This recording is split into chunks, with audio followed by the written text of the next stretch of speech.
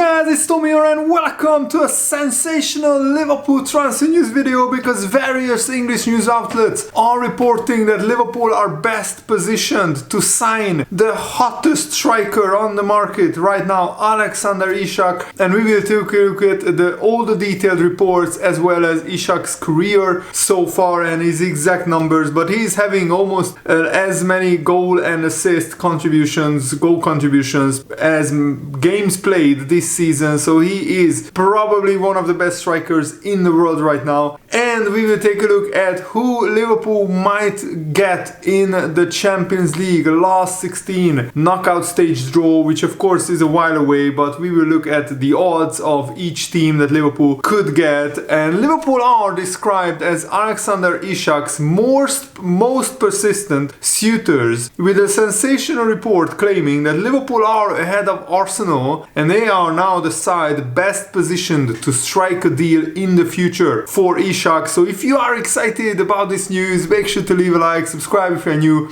around here, and turn on the bell notification so you never miss the latest updates around Liverpool FC. So Isak is regarded as one of the best strikers in the world, that's without a question. He scored 12 goals in his last 11 games and he has 15 goals in 20 games in all competitions, and Isak only trails Mo Salah and Erling Haaland in the race for the Premier League Golden Boot, and he is under contract until 2028. Newcastle of course want to tie him down on a new deal, but Newcastle are also looking to sign a striker. Gyökeres is the striker that Newcastle want to sign because they fear that sooner or later Isak will leave Newcastle for a bigger club who are playing regular Champions League football and who are also competing regularly for trophies, even though Newcastle have a good chance of winning the League Cup after winning at the Emirates against Arsenal 2-0 away from home. And the newspapers are saying that Isak's potential transfer could set a new British record, with bidding likely to start at £115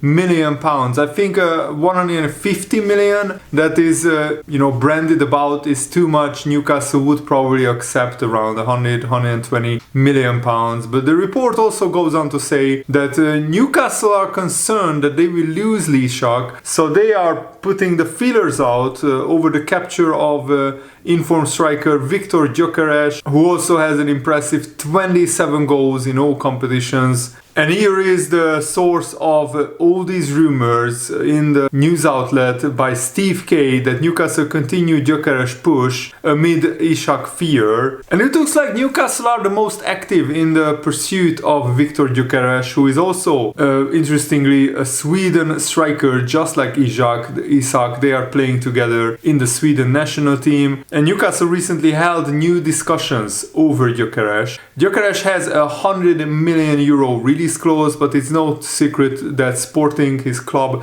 have agreed to put him on the market for a smaller fee in the summer. Newcastle's interest is driven by concerns over the future of Alexander Isak because they might lose him in the summer. Arsenal are of course known to hold Isak in high esteem, but we understand, the news outlet says, that Liverpool are among his most persistent suitors and they are best positioned to strike a deal in the future. It looks like a move for Gyökeres to Man United is highly unlikely, even though he has an excellent relationship with his former manager Ruben Amorim, who was his coach at Sporting. But how the mighty have fallen. Going to Man United for Sporting would actually be seen as a step back in his career due to the current state of Man United. Gyökeres turns 27 and he doesn't want to play for a club who will play no European football next season. I mean, unless Man United miraculously win the Europa League, which there are very small odds on that, Man United won't qualify for Europe. They're so far away from even qualifying for the Conference League in the Premier League. The same applies to Newcastle as well. If Newcastle don't qualify for Europe, even though they have a good chance to qualify for the Champions League, if they don't qualify and they only make the Conference League or the Europa League, Gyökeres might not go there. He would want a club playing in the Champions League. So Liverpool are best positioned to sign Alexander Isak, and remember,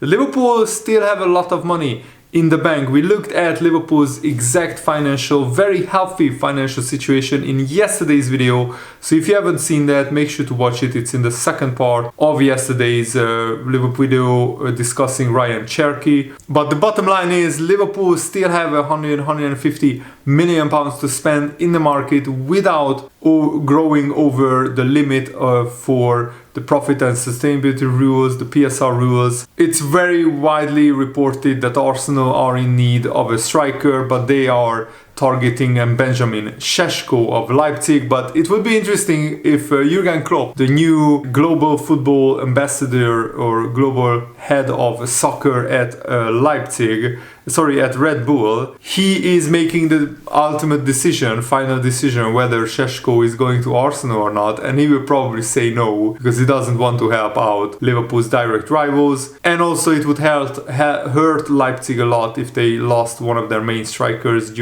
in the middle of the season. Emil Heskey also said that Arsenal lacking the firepower will cost them in the Premier League title race against Liverpool. He said, "I think Arsenal must make an attacking signing this January. The funny thing with bringing a new player in is that it gives the whole squad a bit of a lift. Having that fresh face in the changing room and around training ground can push in the team and get a little bit more out of them, as well as improving the squad. I know that Arsenal have been linked to Isak, but I can't see them getting a moved on for him in this window.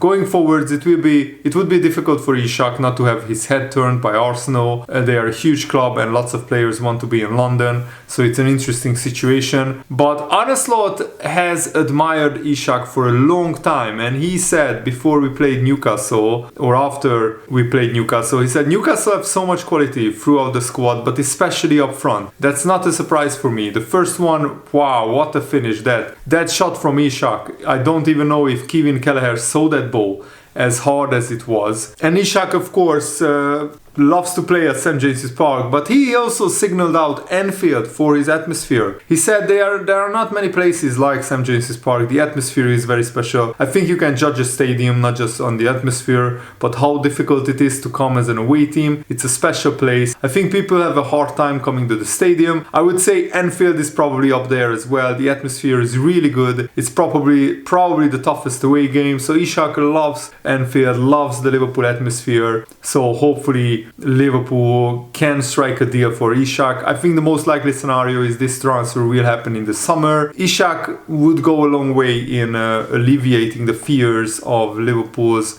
striker situation, because at the moment Jota is continuously injured, Nunez is not scoring enough goals, and Luis Diaz is not a classic striker. So Liverpool, I think if we kept Salah and signed Isak, we could sell Nunez for 50, 60, 70 million pounds and already cover most of Isak's transfer fee. And if we could maybe sell somebody like Luis Diaz, who might go to Spain, we could basically bring in Isak with that money that we sold Diaz and Nunez for.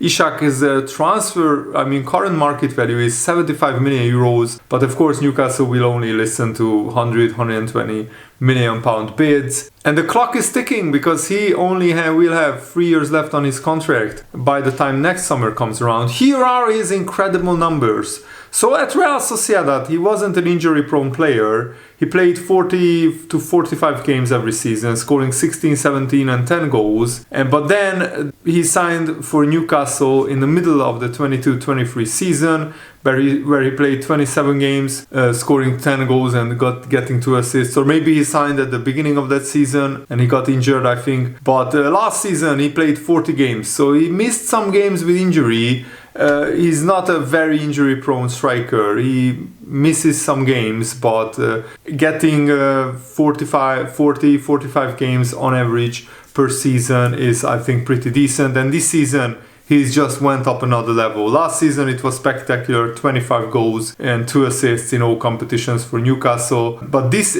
season, without European football, Isak scored 17 goals and 5 assists, so that's 22 goal contributions in 24 games. That's absolutely marvelous. Probably his best season to date. And in the Premier League, 20 games, 15 goals, 5 assists. Absolutely spectacular. And up until the Bournemouth game, he went on a 7-game goal scoring streak, and Newcastle went on a 9-game winning run in all competitions. And he scored a hat-trick against Ipswich, then he scored in each of these games: Aston Villa, Man United, Tottenham and Arsenal. So those are not easy games. Those are big teams, difficult teams. Maybe Tottenham and Man United not so much difficult nowadays, but Arsenal, Aston Villa, they are solid teams, and yet Isak keeps scoring against these elite sides. Newcastle could demand more than £150 million for Isak in January, so that's why I think signing him in the summer makes a lot more sense. Eddie Howe said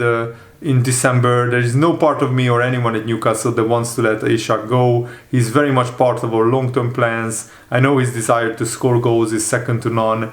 I don't think contract talks started. I think that's the issue. Every conversation I've had about Newcastle concerning his future with him has been very positive.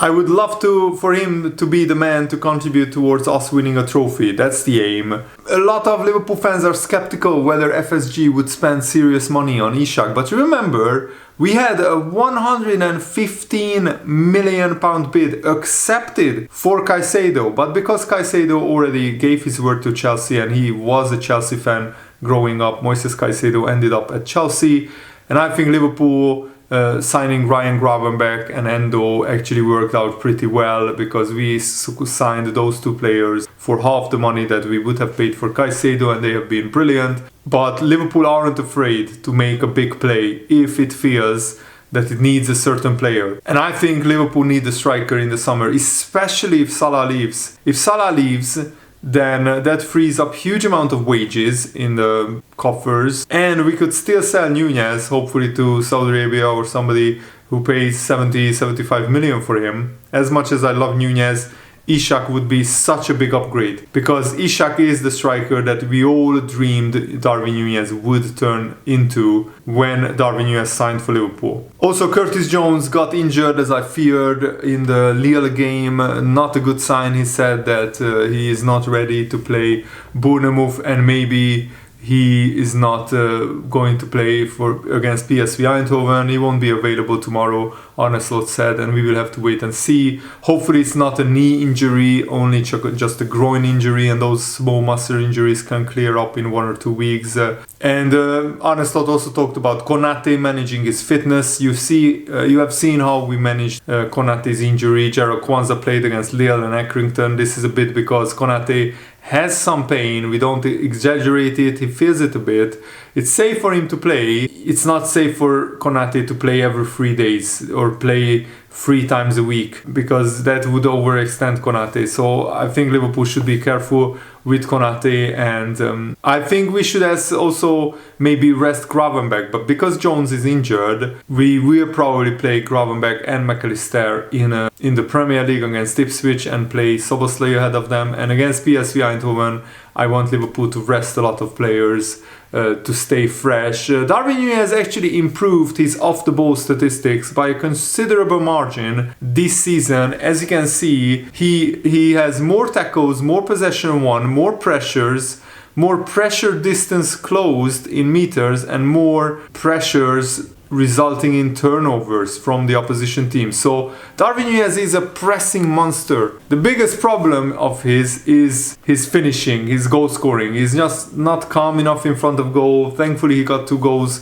lately, and against Lille he had a pretty good game. But yeah, scoring only 6 goals in 28 games is not great, but that's 10 goal contributions, 6 goals, 4 assists in 28 games. That's very average. If you paid 75-80 million for a striker, you are expecting elite numbers. And last season, Darwin Nunez actually had his best season, 18 goals and 13 assists, even though even last season he missed a lot of chances. This season he has been very, very concerning, Darwin Nunez, in terms of his finishing. Hopefully he can still come good, but if Liverpool can upgrade it from Darwin Nunez to Isak, I think we should pull the trigger and sell Nunez. And now let's look at the Champions League round of 16 opposition for Liverpool, and the highest odds that we have of getting somebody is Feyenoord, Lille, Monaco and Brest. Those are the 4 teams. We can't get, thankfully, Manchester City. That was my biggest fear. We can also get Real Madrid, Juventus and Paris Saint-Germain. Those are the teams that I would want to avoid. PSG probably being the obvious one, and Real Madrid are the strongest. But hopefully Real Madrid can win on their last game, and then Liverpool won't get Real Madrid in the Champions League last of 16. But of course, next week we will find out who finishes between 15th and 18th place. Out of those 4 teams, will Liverpool get an opposition? But the most likely teams to finish in those 4 positions are Brest, Monaco, Lille and Feyenoord.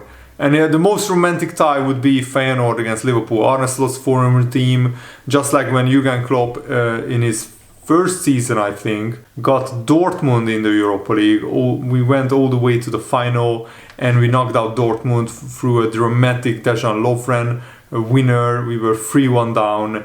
And then we went on to win 4-3. What an epic tie that was. So the Brest is very likely to be one of the 4 teams with almost a 72% probability. But also we have to note that because of the draw, there is only a 50% chance that they will end up on our half of the playoff tree, because the first and second place team will play one of the teams between 15th place and 18th place. And the Champions League format, I think this new format is great because we still have 3 points from 5th position to 18th position. So a lot can change even on the last game week. And Man City potentially going out would be absolutely great. And even though if Man City go through, which I don't think they deserve to go through on their showing in the Champions League, they will play against higher ranked opposition. At least they're higher ranked in this year's Champions League. And right now, at the bookmakers, Liverpool are the biggest favorites to win the Champions League, 5-1 odds, followed by Arsenal, Real Madrid, Barcelona, Bayern Munich. Man City, who were favorites before the season began, are now only the 7th favorite. Inter Milan, PSG, Atletico Madrid and Bayer Leverkusen. So yeah, it's very, very encouraging so far. But of course, the real Champions League tournament kicks off when the knockout stages begin. And I think this new format has been great because teams like Celtic, Club Brugge, PSV Eindhoven qualified, Feyenoord as well, teams that we don't normally see in the knockout stages of the Champions League. So I'm really enjoying this format. Let me know if you do or not in the comments below. Thanks for watching. Have a nice day. See you later, guys. Goodbye.